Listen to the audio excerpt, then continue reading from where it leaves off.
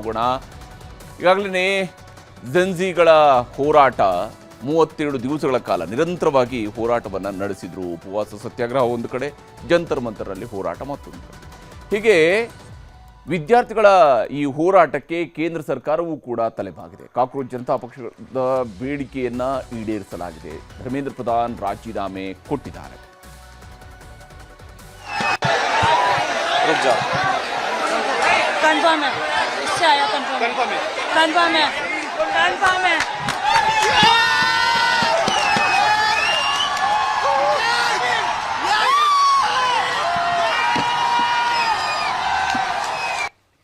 ದೇಶದ ಯುವಜನತೆಯ ಒಗ್ಗಟ್ಟಿನ ಹೋರಾಟಕ್ಕೆ ತಲೆಬಾಗಿ ಧರ್ಮೇಂದ್ರ ಪ್ರಧಾನ್ ರಾಜೀನಾಮೆ ಕೊಟ್ಟರು. ಪ್ರಧಾನ್ ರಾಜೀನಾಮೆ ಅಧಿಕೃತ ಆಗ್ತಾ ಇದ್ದಂತೆಯೇ ದೆಹಲಿಯ ಜಂತರ್ ಮಂತರ್ನಲ್ಲಿ ಸಂಭ್ರಮಾಚರಣೆ ನಡೆಯಿತು.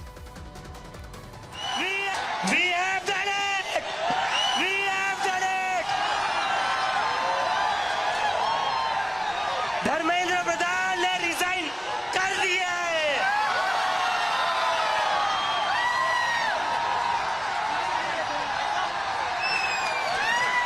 We have bloody done it. क्या कहते थे ये? क्या कहते थे? इस सरकार में इस्तीफे नहीं होते। क्या कहते थे? इस सरकार में इस्तीफे नहीं होते। हम कहना चाहते, झुकती है दुनिया, झुकाने वाला चाहिए। ಒಂದು ಕಡೆ ಕಾಕ್ರೋಚ್ ಜನತಾ ಪಕ್ಷದವರು ಸಂಭ್ರಮಾಚರಣೆ ಪಡ್ತಾ ಇದ್ದಾರೆ. ಇನ್ನೊಂದು ಕಡೆ ಧರ್ಮೇಂದ್ರ ಪ್ರಧಾನ್ ರಾಜೀನಾಮೆ ಪತ್ರವನ್ನು ತಮ್ಮ ಸಾಮಾಜಿಕ ಜಾಲತಾಣಗಳಲ್ಲಿ ಹಾಕೊಂಡ್ರು. ಇವತ್ತು ಮಧ್ಯಾಹ್ನ 3:30 ಒಳಗೆ ಧರ್ಮೇಂದ್ರ ಪ್ರಧಾನ್ ರಾಜೀನಾಮೆ ಕೊಡಬೇಕು ಅಂತ ಸಿಜೆಪಿಯವರು ಡೆಡ್ ಲೈನ್ ಕೊಟ್ಟಿದ್ರು. ಹಾಗೆಯೇ ಒಂದು ವೇಳೆ ಅವರು ರಾಜೀನಾಮೆ ಕೊಟ್ಟಿಲ್ಲ ಅಂತ ಹೇಳಿದ್ರೆ ಕೇಂದ್ರ ಸರ್ಕಾರವೇ ಅವರನ್ನ ವಜಾ ಮಾಡಬೇಕು ಅಂತ ಜೆನ್ಸಿಗಳು ಈ ಡೆಡ್ ಲೈನ್ ಅನ್ನು ಫಿಕ್ಸ್ ಮಾಡಿಕೊಂಡಿದ್ರು. ಆದರೆ ಡೆಡ್ ಲೈನ್ಗೂ ಮೊದಲೇ ಅಂದರೆ ಮಧ್ಯಾಹ್ನ 2:30ಕ್ಕೆ ಧರ್ಮೇಂದ್ರ ಪ್ರಧಾನ್ ಕೇಂದ್ರ ಶಿಕ್ಷಣ ಸಚಿವ ಸ್ಥಾನಕ್ಕೆ ರಾಜೀನಾಮೆಯನ್ನು ಕೊಟ್ಟಿದ್ದೇನೆ ಅಂತ ಘೋಷಣೆ ಮಾಡಿದರು. 2 ಪುಟಗಳ ಈ ಸುದೀರ್ಘ ಪತ್ರದಲ್ಲಿ ಧರ್ಮೇಂದ್ರ ಪ್ರಧಾನ್ ಕೇವಲ ರಾಜೀನಾಮೆಯನ್ನಷ್ಟೇ ಘೋಷಿಸುತ್ತಿರಲಿಲ್ಲ, ಯಾತಕ್ಕೋಸ್ಕರ, ಯಾರಿಗೋಸ್ಕರ ರಾಜೀನಾಮೆ ಕೊಟ್ಟಿದ್ದೀನಿ ಮತ್ತು ತಾನು ಶಿಕ್ಷಣ ಸಚಿವನಾಗಿ ಹೇಗೆ ಜವಾಬ್ದಾರಿ ನಿಭಾಯಿಸಿದ್ದೀನಿ ಅನ್ನೋದನ್ನು ವಿವರವಾಗಿ ಹೇಳುವಂತಹ ಪ್ರಯತ್ನವನ್ನು ಕೂಡ ಮಾಡಿದ್ದಾರೆ. ನನ್ನ ಯುವ ಮಿತ್ರರೇ, ಕಳೆದ 4 ದಶಕಗಳಿಗೂ ಹೆಚ್ಚು ಕಾಲ ವಿದ್ಯಾರ್ಥಿಗಳು, ಶಿಕ್ಷಕರು ಮತ್ತು ಶಿಕ್ಷಣ ಸುಧಾರಣೆಗಾಗಿ ನನ್ನನ್ನು ಸಂಪೂರ್ಣವಾಗಿ ತೊಡಗಿಸಿಕೊಂಡಿದ್ದೇನೆ. ಎಲ್ಲರನ್ನೂ ಒಳಗೊಳ್ಳುವ ಹಾಗೂ ದೂರದೃಷ್ಟಿಯ ಶಿಕ್ಷಣ ವ್ಯವಸ್ಥೆಯು ಸಶಕ್ತ ದೇಶದ ಅಡಿಪಾಯ ಎಂದು ನಾನು ಸದಾ ನಂಬಿದ್ದೇನೆ. ದೇಶದ ಯುವ ಜನತೆಯ ಆಶೋತ್ತರಗಳು, ಭಾವನೆಗಳು ಮತ್ತು ಅವರ ನ್ಯಾಯಸಮ್ಮತ ನಿರೀಕ್ಷೆಗಳಿಗೆ ನಾನು ತಲೆಬಾಗುತ್ತೇನೆ. ಭಾರತದ ಯುವ ಪೀಳಿಗೆಯ ಕನಸುಗಳನ್ನು ನನಸು ಮಾಡುವುದು ನಮ್ಮೆಲ್ಲರ ನೈತಿಕ ಸಂಕಲ್ಪವಾಗಿದೆ. ಗೌರವಾನ್ವಿತ ಪ್ರಧಾನಿಯವರ ದೂರದೃಷ್ಟಿಯ ನಾಯಕತ್ವದಲ್ಲಿ ದೇಶ ಸೇವೆ ಮಾಡಲು ನನಗೆ ಲಭಿಸಿದ ಅವಕಾಶಕ್ಕಾಗಿ ಅವರಿಗೆ ನನ್ನ ಕೃತಜ್ಞತೆಗಳನ್ನು ಸಲ್ಲಿಸುತ್ತೇನೆ. ಆದರೆ 2026 ಮೇ 3ರಂದು ನಡೆದ ನೀಟ್ ಯುಜಿ ಪರೀಕ್ಷೆಯಲ್ಲಿ ಕೆಲವು ಅಕ್ರಮಗಳು ಬೆಳಕಿಗೆ ಬಂದವು. ಇದನ್ನು ತಕ್ಷಣವೇ ಗಂಭೀರವಾಗಿ ಪರಿಗಣಿಸಿದ ಭಾರತ ಸರ್ಕಾರವು ತನಿಖೆಯನ್ನ ಸಿಬಿಐಗೆ ಹಸ್ತಾಂತರಿಸಿತು. ಪರೀಕ್ಷೆಯನ್ನು ರದ್ದುಗೊಳಿಸಿ ಮರುಪರೀಕ್ಷೆಯ ದಿನಾಂಕವನ್ನು ಘೋಷಿಸಿತು. ಜೊತೆಗೆ ಮುಂದಿನ ವರ್ಷದಿಂದ ಈ ಪರೀಕ್ಷೆಯನ್ನು ಸಿಬಿಟಿ ಅಂದರೆ ಕಂಪ್ಯೂಟರ್ ಆಧಾರಿತ ಪರೀಕ್ಷೆ ಮಾದರಿಯಲ್ಲಿ ನಡೆಸಲು ನಿರ್ಧರಿಸಲಾಯಿತು. ಈ ಅವಧಿಯಲ್ಲಿ 20 ಲಕ್ಷಕ್ಕೂ ಹೆಚ್ಚು ವಿದ್ಯಾರ್ಥಿಗಳಿದ್ದ ಪರೀಕ್ಷೆಯನ್ನು ಸುಸೂತ್ರವಾಗಿ ನಡೆಸುವುದು ನಮ್ಮ ಪ್ರಮುಖ ಆದ್ಯತೆಯಾಗಿತ್ತು. ಇದಕ್ಕಾಗಿ ಭಾರತ ಸರ್ಕಾರದೊಂದಿಗೆ ರಾಜ್ಯ ಸರ್ಕಾರಗಳು, ವಿಶೇಷವಾಗಿ ಜಿಲ್ಲಾಡಳಿತಗಳು ಪ್ರಮುಖ ಪಾತ್ರ ವಹಿಸಿದ್ವು. ಹಾಗೆಯೇ ವಿದ್ಯಾರ್ಥಿಗಳು ಮತ್ತು ಪೋಷಕರ ಸಹಕಾರದೊಂದಿಗೆ 2026 ಜೂನ್ 21ರಂದು ಈ ಪರೀಕ್ಷೆಯು ಯಶಸ್ವಿಯಾಗಿ ಮುಕ್ತಾಯಗೊಂಡಿತು. ಮೊದಲ ದಿನದಿಂದಲೇ ಈ ಕುರಿತು ನಾನು ಸಂಪೂರ್ಣ ಹೊಣೆಗಾರಿಕೆ ವಹಿಸಿಕೊಂಡೆ. ಎಂದಿಗೂ ಪರಿಸ್ಥಿತಿಯಿಂದ ಹಿಂದೆ ಸರಿಯಲಿಲ್ಲ. ಹಿಂದಿನ ಪ್ರಕರಣದಿಂದಾಗಿ ಯಾವುದೇ ಪ್ರತಿಭಾವಂತ ವಿದ್ಯಾರ್ಥಿಯ ಭವಿಷ್ಯ ಹಾಳಾಗಬಾರದು ಮತ್ತು ಯಾವೊಬ್ಬ ವಿದ್ಯಾರ್ಥಿಗೂ ಅನ್ಯಾಯವಾಗಬಾರದು ಎಂಬುದೇ ನನ್ನ ದೃಢ ಸಂಕಲ್ಪವಾಗಿತ್ತು. ಜುಲೈ 16ರಂದು ಪ್ರಕಟವಾದ ನೀಟ್ ಯುಜಿ ಫಲಿತಾಂಶಗಳು ತೃಪ್ತಿಕರವಾಗಿತ್ತು. ಬಡವರು ಸೇರಿದಂತೆ ಅನೇಕ ಪ್ರತಿಭಾವಂತ ವಿದ್ಯಾರ್ಥಿಗಳು ಯಶಸ್ಸು ಸಾಧಿಸಿದ್ದಾರೆ. ಆದರೆ ಈ ಸಂದರ್ಭದಲ್ಲೂ ವಿದ್ಯಾರ್ಥಿಗಳನ್ನು ದಾರಿ ತಪ್ಪಿಸಲು ಜವಾಬ್ದಾರಿಯುತ ಸ್ಥಾನಗಳಲ್ಲಿರುವ ವ್ಯಕ್ತಿಗಳು ಅವಾಂತರ ಸೃಷ್ಟಿಸಲು ಯತ್ನಿಸಿದ್ರು. ಇದರಿಂದ ನನ್ನ ಮನಸ್ಸಿಗೆ ತೀವ್ರ ನೋವಾಯಿತು. ನಮ್ಮ ಪ್ರಜಾಪ್ರಭುತ್ವ ವ್ಯವಸ್ಥೆಯಲ್ಲಿ ನಾನು ಸದಾ ಅಚಲ ನಂಬಿಕೆ ಇರಿಸಿದ್ದು ಯುವ ಜನತೆಯ ಆಶೋತ್ತರಗಳು, ಕನಸುಗಳು ಮತ್ತು ನಿರೀಕ್ಷೆಗಳನ್ನು ಗೌರವಿಸುತ್ತಾ ಬಂದಿದ್ದೇನೆ. ಅವರು ಕೇವಲ ಭಾರತದ ಭವಿಷ್ಯ ಮಾತ್ರವಲ್ಲ, ಹೊಸ ಮತ್ತು ವಿಕಸಿತ ಭಾರತದ ದೀವಟಿಗೆದಾರರು, ಸೃಷ್ಟಿಕರ್ತರು ಮತ್ತು ಭವಿಷ್ಯದ ಶಿಲ್ಪಿಗಳು. ಕಳೆದ 10 ದಿನಗಳ ಘಟನಾವಳಿ ನೋಡಿ ನನ್ನ ಮನಸ್ಸಿಗೆ ದುಃಖವಾಗಿದೆ. ಇದು ನನಗೆ ವೈಯಕ್ತಿಕ ಪ್ರತಿಷ್ಠೆಯ ವಿಷಯವಲ್ಲ. ಭಾರತದ ಯುವ ಶಕ್ತಿಯೇ ಈ ದೇಶದ ನಿಜವಾದ ಶಕ್ತಿ. ಜಂತರ್ ಮಂತರ್ನಲ್ಲಿ ಹಾಗೂ ದೇಶದಾದ್ಯಂತ ಉದ್ಭವಿಸಿರುವ ಪರಿಸ್ಥಿತಿಯ ಲಾಭವನ್ನು ದೇಶ ವಿರೋಧಿ ಶಕ್ತಿಗಳು ಪಡೆದುಕೊಳ್ಳದಂತೆ ತಡೆಯುವುದು, ದೇಶದ ಏಕತೆಯನ್ನ ಕಾಯ್ದುಕೊಳ್ಳುವುದು, ಭಾರತದ ಯಾವೊಬ್ಬ ವಿದ್ಯಾರ್ಥಿಯ ಭವಿಷ್ಯವು ಕಾನೂನು ಸಂಕೀರ್ಣತೆಯಲ್ಲಿ ಸಿಲುಕದಂತೆ ನೋಡಿಕೊಳ್ಳುವುದು ನನ್ನ ಕರ್ತವ್ಯದ ಭಾಗವಾಗಿದೆ. ನಮ್ಮ ಮಕ್ಕಳು ತಮ್ಮ ಸಮಯವನ್ನ ವ್ಯಾಸಂಗ ಹಾಗೂ ವೃತ್ತಿ ಜೀವನ ರೂಪಿಸಿಕೊಳ್ಳುವುದರತ್ತ ವಿನಿಯೋಗಿಸಬೇಕು. ಇದೇ ಉದ್ದೇಶದಿಂದ ನಾನು ಗೌರವಾನ್ವಿತ ಪ್ರಧಾನಮಂತ್ರಿಯವರಿಗೆ ನನ್ನ ರಾಜೀನಾಮೆ ಪತ್ರವನ್ನು ಸಲ್ಲಿಸಿದ್ದೇನೆ. ಗೌರವಾನ್ವಿತ ಪ್ರಧಾನಮಂತ್ರಿಯವರ ಮಾರ್ಗದರ್ಶನ, ನಂಬಿಕೆ ಮತ್ತು ನಿರಂತರ ಬೆಂಬಲಕ್ಕಾಗಿ ನಾನು ನನ್ನ ಹೃದಯಪೂರ್ವಕ ಕೃತಜ್ಞತೆಗಳನ್ನು ಸಲ್ಲಿಸುತ್ತೇನೆ. ಹಾಗೆಯೇ ಮಂತ್ರಿ ಮಂಡಲದ ನನ್ನೆಲ್ಲ ಗೌರವಾನ್ವಿತ ಸಹೋದ್ಯೋಗಿಗಳಿಗೆ, ಸಚಿವಾಲಯದ ಅಧಿಕಾರಿಗಳು ಮತ್ತು ಸಿಬ್ಬಂದಿಗೆ ಹಾಗೂ ನನ್ನೊಂದಿಗೆ ಕೆಲಸ ಮಾಡಿದ ಪ್ರತಿಯೊಬ್ಬರಿಗೂ ಕೃತಜ್ಞತೆಗಳನ್ನು ಅರ್ಪಿಸುತ್ತೇನೆ. ರಾಷ್ಟ್ರ ಸೇವೆಯು ನನ್ನ ಜೀವನದ ಅತ್ಯುನ್ನತ ಆದ್ಯತೆಯಾಗಿದ್ದು ಅದಕ್ಕಾಗಿ ನಾನು ಎಂದೆಂದಿಗೂ ಬದ್ಧನಾಗಿರುತ್ತೇನೆ.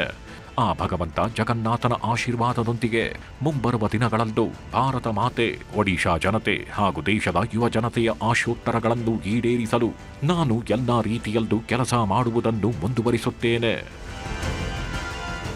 ಇಂತಿ ಧರ್ಮೇಂದ್ರ ಪ್ರಧಾನ್. ಹೀಗೆ ಕೇಂದ್ರ ಶಿಕ್ಷಣ ಸಚಿವ ಸ್ಥಾನಕ್ಕೆ ಧರ್ಮೇಂದ್ರ ಪ್ರಧಾನ್ ಅವರು ಸುದೀರ್ಘವಾದಂತಹ ಪತ್ರದ ಮೂಲಕ ರಾಜೀನಾಮೆಯನ್ನು ಕೊಟ್ಟಿದ್ದಾರೆ. ಆದರೆ ಇಷ್ಟಕ್ಕೆ ಸಿಜೆಪಿಯವರ ಹೋರಾಟ ನಿಂತಿಲ್ಲ ಮತ್ತು ಅವರು ಹೋರಾಟ ಕೈಬಿಡಲ್ಲ ಅಂತ ಹೇಳಿಕೆಯನ್ನು ಕೂಡ ಕೊಟ್ಟರು. ನಮ್ಮ ಉಳಿದೆರಡು ಬೇಡಿಕೆಗಳನ್ನು ಈಡೇರಿಸುವವರೆಗೂ ಹೋರಾಡೋಣ ಅನ್ನುವಂತಹ ಕರೆ ಕೊಟ್ಟರು. ಅಷ್ಟರಲ್ಲಿ ಕೇಂದ್ರ ಸರ್ಕಾರದಿಂದ ಮಾತುಕತೆಗೆ ಆಹ್ವಾನ ಬಂತು. ಕೇಂದ್ರ ಆರೋಗ್ಯ ಸಚಿವ JP ನಡ್ಡಾ ಅವರ ಆಹ್ವಾನದಂತೆ ಸಿಜೆಪಿಯ ರಾಷ್ಟ್ರೀಯ ವಕ್ತಾರ ಸೌರವ್ ದಾಸ್ ಮತ್ತು ಅಶುತೋಷ್ ಇಬ್ಬರು ನಡ್ಡಾ ಅವರನ್ನ ಭೇಟಿಯಾದರು.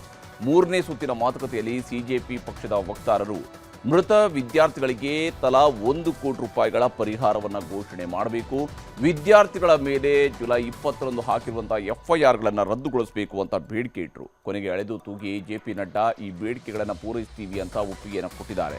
ಅಷ್ಟೇ ಅಲ್ಲ, ಕಾಕ್ರೋಚ್ ಪಕ್ಷದ ವಕ್ತಾರರನ್ನ ಪಕ್ಕದಲ್ಲೇ ಕೂರಿಸಿಕೊಂಡು ಮಾಧ್ಯಮಗಳಿಗೆ ಎದುರು ಜಂಟಿ ಸುದ್ದಿಗೋಷ್ಠಿಯನ್ನು ನಡೆಸಿ ಪ್ರತಿಭಟನೆ ಕೈಬಿಡುವ ಬಗ್ಗೆ, ಬೇಡಿಕೆಗಳನ್ನು ಈಡೇರಿಸುವ ಬಗ್ಗೆ ಒಟ್ಟಾಗಿ घोषणೆಯನ್ನ ಮಾಡಿದ್ದಾರೆ.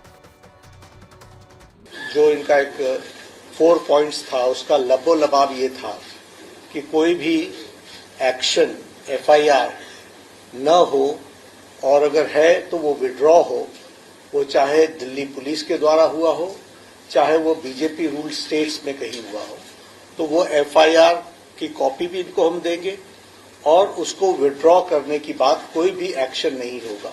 इस बात को सरकार ने स्वीकारा है जो प्रोटेस्टर्स के साथ प्रोटेस्ट के दौरान हुआ है. उसी तरीके से फ्यूचर में भी जो ऑर्गेनाइजर्स हैं और प्रोटेस्टर्स हैं, उनका इस एक्टिविटी के लिए कोई भी उन पर आगे केस नहीं होगा. इस बात को हम लोगों ने माना है.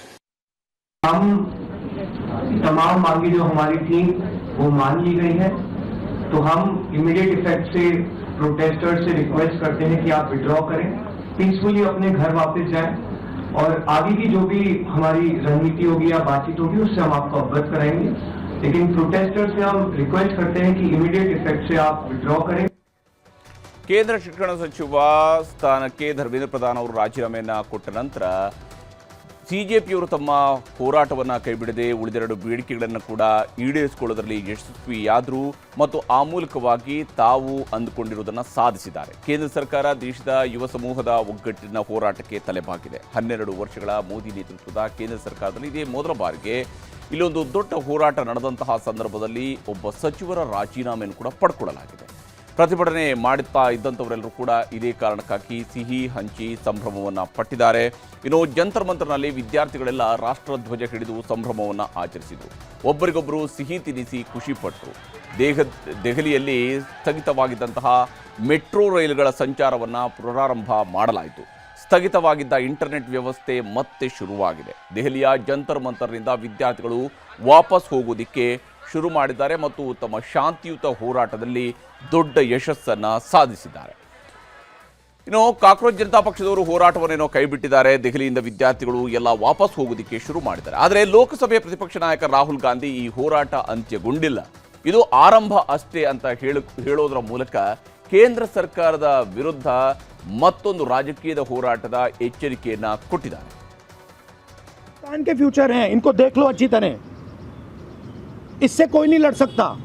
Narendra Modi is India's past. The past can never fight the future. The shooting of our students. He authorized the use of lethal weapons, pellet guns on our students. So that for us is a fundamental issue. We will not accept our own forces shooting the future of India.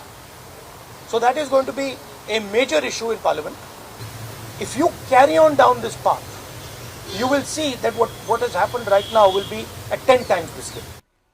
ವಿದ್ಯಾರ್ಥಿಗಳ ಹೋರಾಟ ಅಂತ್ಯ ಆಗಿರಬಹುದು, ಆದರೆ ನಮ್ಮ ಹೋರಾಟ ಅಂತ್ಯ ಆಗುವುದಿಲ್ಲ ಅಂತೇಳಿ ರಾಹುಲ್ ಗಾಂಧಿ ಈ ಮೂಲಕ ಹೇಳಿದ್ದಾರೆ. ಇನ್ನೊಂದು ಕಡೆ ಪ್ರಿಯಾಂಕಾ ವಾದ್ರಾ ಸೇರಿದಂತೆ ಹಲವು ನಾಯಕರುಗಳು ವಿದ್ಯಾರ್ಥಿಗಳ ಹೋರಾಟವನ್ನು ಅಸ್ತ್ರ ಮಾಡಿಕೊಂಡು ಕೇಂದ್ರ ಸರ್ಕಾರದ ವಿರುದ್ಧ ವಾಗ್ದಾಳಿಯನ್ನು ಮುಂದುವರೆಸಿದ್ದಾರೆ. I'm very, very happy for many reasons, but the main reason is that I believe today, the 25th of July 2026, is the day that the people of our country have started claiming their country back from those who have tried to destroy the Constitution, from those who have tried everything to oppress and suppress the voice of our people. I believe that this is a victory for the youth of India. I am so proud of each one of them. Dharmendra Pradhan ರಾಜೀನಾಮೆ ಕೊಟ್ಟ ಮೇಲೂ ಕಾಂಗ್ರೆಸ್ ನಾಯಕರ ಸಿಟ್ಟು ತಣ್ಣಗಾಗಿಲ್ಲ. ರಾಜ್ಯ ಕಾಂಗ್ರೆಸ್ ನಾಯಕರು ಪ್ರಧಾನ್ ರಾಜೀನಾಮೆಯನ್ನ ಲೇವಡಿ ಮಾಡಿದ್ದಾರೆ. ಶಿಕ್ಷಣ ಸಚಿವರಾಗಿರ್ತಕ್ಕಂಥ ಧರ್ಮೇಂದ್ರ ಪ್ರಧಾನ್ ಅವರು ರಾಜೀನಾಮೆಯನ್ನು ಕೊಟ್ಟಿದ್ದಾರೆ. ದೊಡ್ಡ 4-5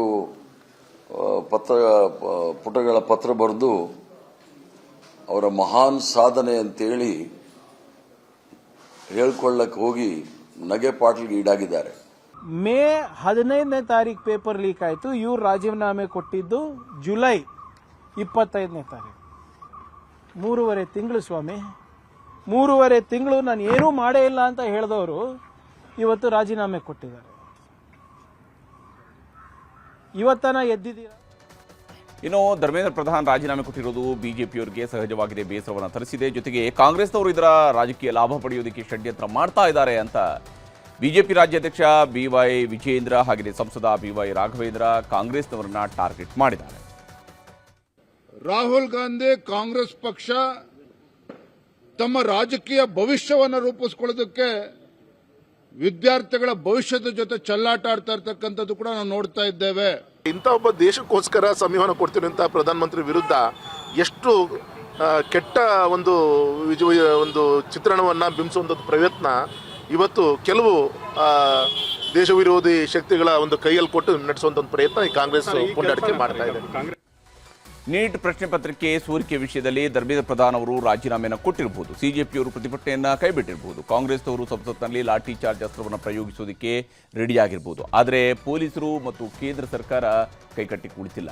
ಜುಲೈ 20ರಂದು ದೆಹಲಿಯಲ್ಲಿ ನಡೆದಂತಹ ಲಾಠಿ ಚಾರ್ಜ್ ಪ್ರಕರಣದಲ್ಲಿ ವಿದ್ಯಾರ್ಥಿಗಳು ಮತ್ತು ಸಿಜೆಪಿಯ ಮೇಲಿನ ಕೇಸ್ಗಳನ್ನಷ್ಟೇ ವಾಪಸ್ ತೆಗೆದುಕೊಳ್ಳುತ್ತಿದ್ದೀವಿ ಅಂತ ಕೇಂದ್ರ ಸರ್ಕಾರ ಹೇಳ್ತಾ ಇದೆ.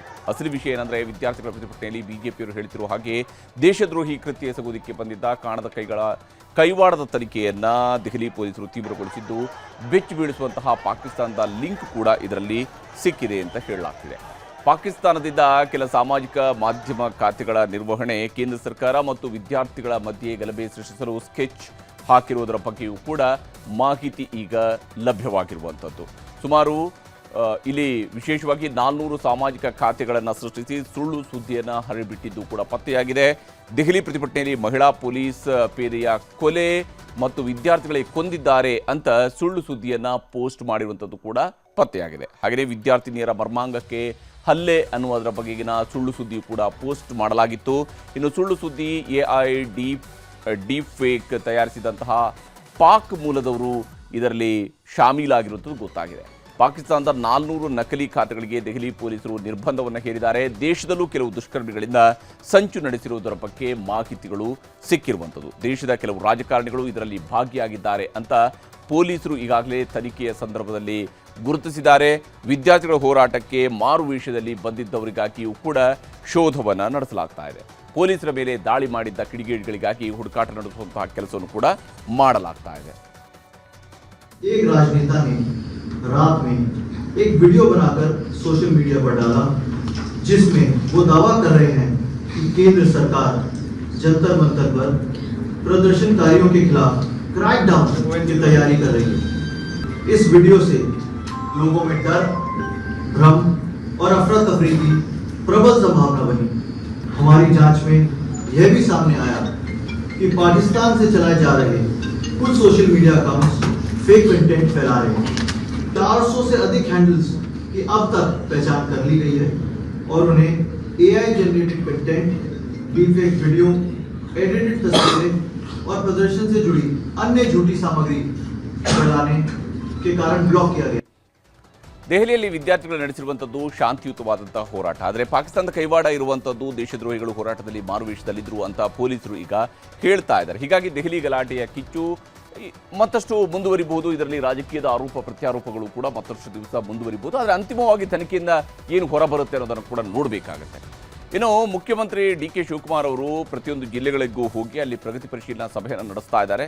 ಇವತ್ತು ಪ್ರಗತಿ ಪರಿಶೀಲನೆಗೆ ಅಂತೇಳಿ ಬಂದಿದ್ದಂತಹ CM, DCM ಹಾಗೆಯೇ ಸಚಿವರುಗಳು ಚಿತ್ರದುರ್ಗದಲ್ಲಿ ಜಮೀನುಗಳಿಗೆ ಹೋಗಿ ಅಲ್ಲಿ ಬರ ಪರಿಶೀಲನೆಯನ್ನು ಕೂಡ ಮಾಡಿದ್ದಾರೆ. ಚಿತ್ರದುರ್ಗ ಜಿಲ್ಲೆಯ ಬರಪೀಡಿತ ಪ್ರದೇಶಗಳಿಗೆ ಮುಖ್ಯಮಂತ್ರಿ DK ಶಿವಕುಮಾರ್ ಅವರು ಭೇಟಿ ಕೊಟ್ಟರು. ಉಪಮುಖ್ಯಮಂತ್ರಿ ಕಂದಾಯ ಸಚಿವರಾಗಿರುವಂತಹ ಡಾಕ್ಟರ್ G. ಪರಮೇಶ್ವರ್, ಇನ್ನು ಗ್ರಾಮೀಣಾಭಿವೃದ್ಧಿ ಸಚಿವರಾಗಿರುವಂತಹ ಈಶ್ವರ್ ಖಂಡ್ರೆ ಮತ್ತು ಸರ್ಕಾರದ ಮುಖ್ಯ ಕಾರ್ಯದರ್ಶಿ ಶಾಲಿನಿ ರಜನೀಶ್ ಅವರು ಕೂಡ ಜೊತೆಯಲ್ಲಿದ್ದರು. ರೈತರ ಮಣ್ಣಿನ ಗುಣಮಟ್ಟ ಹಾಗೂ ಬೆಳೆಗಳ ಬೆಳವಣಿಗೆಯನ್ನು ಪರಿಶೀಲನೆ ಮಾಡಿದ್ರು. ಬರ ಪರಿಸ್ಥಿತಿ ಕುರಿತು ಅಧಿಕಾರಿಗಳಿಂದ ಮಾಹಿತಿಯನ್ನು ಪಡ್ಕೊಂಡಿದ್ದಾರೆ. ರೈತರಿಂದಲೂ ಸಮಸ್ಯೆಯನ್ನು ಆಲಿಸಿದ್ದಾರೆ. ಮಳೆ ಕೊರತೆ ಹಾಗೂ ಬರ ಪರಿಹಾರದ ಬಗ್ಗೆ ಸಮಗ್ರ ದಾಖಲೆ ಸಲ್ಲಿಸುವಂತೆ ಅಧಿಕಾರಿಗಳಿಗೆ ಮುಖ್ಯಮಂತ್ರಿಯವರು ಸ್ಥಳದಲ್ಲಿ ಸೂಚನೆಯನ್ನು ಕೂಡ ಕೊಟ್ಟಿದ್ದಾರೆ. ಇದೇ ವೇಳೆ ಬಿಡದಿ ಟೌನ್ಶಿಪ್ ಯೋಜನೆ ವಿರೋಧಿಸಿ ಪ್ರತಿಭಟನೆ ಮಾಡ್ತಾ ಇರುವಂತಹ ರೈತರ ವಿರುದ್ಧ ದಾಖಲಾಗಿರುವಂತಹ FIR ಅನ್ನ ವಜಾ ಮಾಡುವ ತೀರ್ಮಾನ ಮಾಡ್ತೇನೆ ಅಂತ CM ಹೇಳಿದ್ದಾರೆ. ತುಮಕೂರು, ಶಿವಮೊಗ್ಗ, ಚಿತ್ರದುರ್ಗ, ದಾವಣಗೆರೆ ಇವೆಲ್ಲಕ್ಕೂ ಕೂಡ ಅನುಕೂಲ ಆಗ್ತದೆ. ಕೋಲಾರ, ನಮ್ಮ ರಾಮನಗರ, ಬೆಂಗಳೂರು ಸೊ ಈ ಭಾಗದಲ್ಲಿ ಮಾಡೋಣ ಅಂತೇಳಿ ಇವತ್ತು ಈ ಭಾಗದಲ್ಲಿ ಸಭೆಯನ್ನು ಮಾಡಿದ್ದೀವಿ. ಸೊ ಕೆಲವು ಜಮೀನಿಗೂ ಕೂಡ ಭೇಟಿಯನ್ನು ಕೊಡ್ತಾ ಇದ್ದೀವಿ. ಈ ಭಾಗದಲ್ಲಿ ಭಾಳ ಬರ ಅದಕ್ಕೆ ಏನು ಮಾಡಬೇಕು ಮುಂಜಾಗ್ರತೆ ಅಂತೇಳಿ ಚರ್ಚೆ ಮಾಡಿದ್ವಿ. ಇವತ್ತೆಲ್ಲ ನಮ್ಮ ಜನಪ್ರತಿನಿಧಿಗಳು ಎಲ್ಲ ನಮ್ಮ ರೈತರೇ, ನಾನು ಯಾರಿಗೆ ಹೇಳಿದ್ದೇನೆ, ಯಾರ ಮೇಲೂ ಒತ್ತಡ ಇಲ್ಲ, ಯಾರಿಗೂ ತೊಂದರೆ ಕೊಡುವಂಥ ಪ್ರಶ್ನೆ ಇಲ್ಲ. ಎಲ್ಲ ನಮ್ಮ ಜನ, ನಾವು ಅವ್ರು ಬಿಟ್ಟು ಹೋಗೋಕ್ಕಾಗಲ್ಲ, ಅವ್ರು ನಮ್ಗೆ ಬಿಟ್ಟು ಬದುಕೋಕ್ಕಾಗಲ್ಲ. ಅದೆಲ್ಲ ಒಟ್ಟಿಗೆ ಬದುಕಬೇಕು. ಆ ತೀರ್ಮಾನ ನಾನು ಮಾಡ್ತೀನಿ. ಹೀಗೆ ನಮ್ಮ ರಾಜ್ಯದಲ್ಲಿ ಬರ ಆವರಿಸಿದೆ, ಬರ ಪೀಡಿತವಾಗಿದೆ. ಕರ್ನಾಟಕ, ಮುಕ್ಕಾಲು ಕರ್ನಾಟಕದಲ್ಲಿ ಮಳೆ ಸರಿಯಾಗಿ ಆಗ್ತಾನೇ ಇಲ್ಲ. ಆದರೆ ಉತ್ತರ ಭಾರತದ ಪರಿಸ್ಥಿತಿ ವ್ಯತಿರಿಕ್ತವಾಗಿದೆ. ಇಲ್ಲಿ ವಿಪರೀತ ಮಳೆ ಸುರಿತಾ ಇದೆ. ಪ್ರಳಯ ಸೃಷ್ಟಿಯಾದಂತಹ ವಾತಾವರಣ ಗೋಚರಿಸ್ತಾ ಇದೆ. ವಿಶೇಷವಾಗಿ ಗುಜರಾತ್ ರಾಜ್ಯದಲ್ಲಂತೂ ಮಳೆ ಜಲಪ್ರಳಯವನ್ನು ಸೃಷ್ಟಿಸಿದೆ.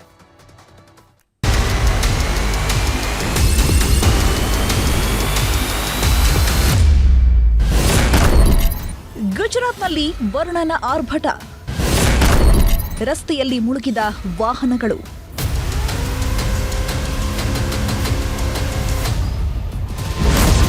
ಅಹಮದಾಬಾದ್ನಲ್ಲಿ ದಾಖಲೆ ಮಳೆಯಾಗಿದೆ. 100 ವರ್ಷಗಳಲ್ಲಿ 4ನೇ ಅತಿ ಹೆಚ್ಚು ಮಳೆಯಾಗಿದ್ದು ಸುಮಾರು 294 ಮಿಲಿಮೀಟರ್ನಷ್ಟು ಮಳೆಯಾಗಿದ್ದು ಹಲವು ಪ್ರದೇಶಗಳು ಮುಳುಗಡೆಯಾಗಿದೆ. ಇಲ್ಲಿ ನೋಡಿ, ಸನಥಾಲ್ ಕ್ರಾಸ್ನಲ್ಲಿ ದೊಡ್ಡ ದೊಡ್ಡ ಟ್ರಕ್ಗಳೇ ಮುಳುಗಡೆಯಾಗಿದೆ. ಎದೆ ಮಟ್ಟದ ನೀರಿನಲ್ಲೇ ಜನರು ಸಂಚಾರ ಮಾಡ್ತಿದ್ದಾರೆ.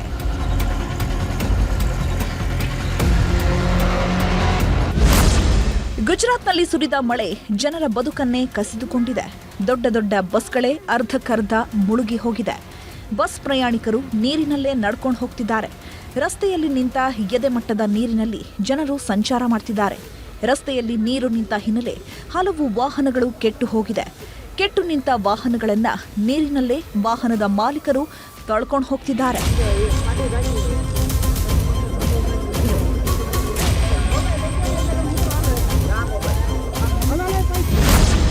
ಗುಜರಾತ್ನ ಸುರೇಂದ್ರನಗರ ಜಿಲ್ಲೆಯಲ್ಲೂ ಮಳೆ ಅಬ್ಬರಿಸಿದೆ. ಚೋಟೀಲಾದಲ್ಲಿ ಸೇತುವೆಗಳು ಮುಳುಗಡೆ ಆಗಿ ಸಂಚಾರ ಬಂದ್ ಆಗಿದೆ. ಈ ಮಧ್ಯೆ ಚೋಟೀಲಾ ಗ್ರಾಮಕ್ಕೆ ಉಪಜಿಲ್ಲಾಧಿಕಾರಿ ಭೇಟಿ ನೀಡಿದ್ದು ಡ್ಯಾಂ ಪರಿಶೀಲಿಸಿದ್ರು.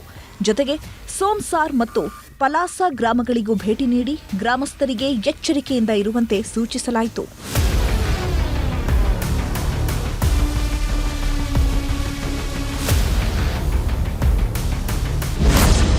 ಭಾರೀ ಮಳೆಗೆ ಅರ್ಧಕ್ಕರ್ಧ ಗುಜರಾತ್ ಮುಳುಗಿ ಹೋಗಿದೆ. ಪ್ರವಾಹದಲ್ಲಿ ಸಾವಿರಾರು ಜನರು ಮನೆಗಳನ್ನು ಕಳ್ಕೊಂಡು ನಿರಾಶ್ರಿತರಾಗಿದ್ದಾರೆ. ರಾಜೋಡ ಗ್ರಾಮದಲ್ಲಿ ಮಳೆ ಅಬ್ಬರಿಸಿದ್ದು ಜನ ಅತಂತ್ರರಾಗಿದ್ದಾರೆ. ಈ ಮಧ್ಯೆ ಮಳೆಯಲ್ಲಿ ಸಿಲುಕಿಕೊಂಡಿದ್ದ 82 ನಾಗರಿಕರನ್ನ ಸತತ ಕಾರ್ಯಾಚರಣೆ ಮೂಲಕ ರಕ್ಷಣೆ ಮಾಡಿ ಸುರಕ್ಷಿತ ಸ್ಥಳಗಳಿಗೆ ಸ್ಥಳಾಂತರ ಮಾಡಿದ್ದಾರೆ. ಎಲ್ಲ ಸಂತ್ರಸ್ತರನ್ನ ಸುರಕ್ಷಿತವಾಗಿ ಸ್ಥಳಾಂತರಿಸಲು ಸೇನಾ ತಂಡ ನಿರಂತರವಾಗಿ ಶ್ರಮಿಸುತ್ತಿದೆ.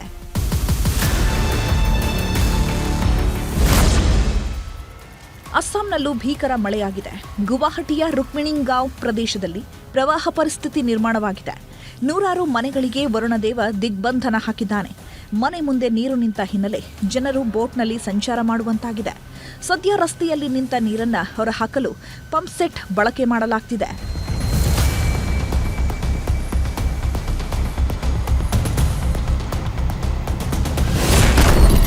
ಜಮ್ಮು ಕಾಶ್ಮೀರದಲ್ಲೂ ಮಳೆ ಅಬ್ಬರ. ಗುಡ್ಡ ಕುಸಿತ, ರಸ್ತೆ ಸಂಚಾರ ಅಸ್ತವ್ಯಸ್ತ. ಜಮ್ಮು ಕಾಶ್ಮೀರದಲ್ಲೂ ನಿರಂತರವಾಗಿ ಮಳೆ ಅಬ್ಬರಿಸಿದೆ. ದೋಡಾ ಜಿಲ್ಲೆಯಲ್ಲಿ ಸುರಿತಾ ಇರುವ ನಿರಂತರ ಮಳೆಯಿಂದಾಗಿ ಹಲವೆಡೆ ಗುಡ್ಡ ಕುಸಿತವಾಗಿದೆ. ಇದರಿಂದ ದೋಡಾ ರಸ್ತೆ ಬಂದ್ ಆಗಿದ್ದು ವಾಹನ ಸವಾರರು ಪರದಾಡುವಂತಾಗಿದೆ. Bureau report, news 18.